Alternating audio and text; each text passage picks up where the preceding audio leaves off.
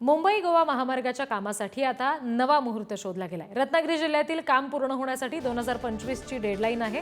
परशुराम वाकेड रस्त्यासाठी 30 नोव्हेंबर 2025 अशी डेडलाईन दिली गेली आहे। डिसेंबर 2024 ची डेडलाईन हुकली, त्यामुळे आता ही नवीन डेडलाईन समोर येते।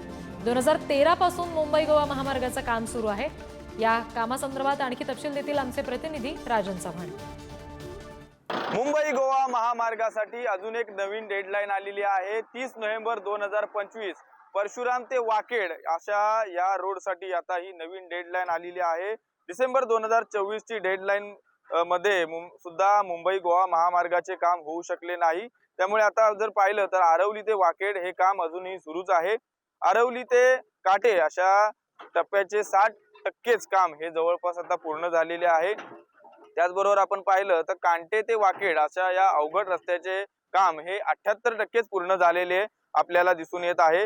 आरवली ते कांटे असे 39 किलोमीटरचे अंतर, तसेच कांटे ते वाकेड हे जवळपास 41 किलोमीटरचे अंतर हे आता या ठिकाणी पूर्ण झालेले आहे। रायगड असेल, रत्नागिरी आणि सिंधुदुर्ग जिल्ह्यातील 366 किलोमीटर लांबीचा हा मुंबई गोवा महामार्ग आहे। जवळपास आपण पाहिलं तर 2013 पासून हा मुंबई गोवा महामार्गाच्या चौपदरीकरणाचे काम हे सुरू होते। त्यामुळे रत्नागिरी जिल्ह्यातील हे काम पूर्ण होण्यासाठी आता जवळपास नोव्हेंबर 2025 ची या ठिकाणी वाट पाहावी लागणार आहे। त्यामुळे महत्त्वपूर्ण दळणवळणासाठी महत्त्वपूर्ण असणाऱ्या, कोकणच्या दृष्टिकोनातून महत्त्वपूर्ण असणाऱ्या या मुंबई गोवा महामार्गाची काम पूर्ण होण्यासाठी आता नोव्हेंबर 2025 ची वाट पाहावी लागणार आहे।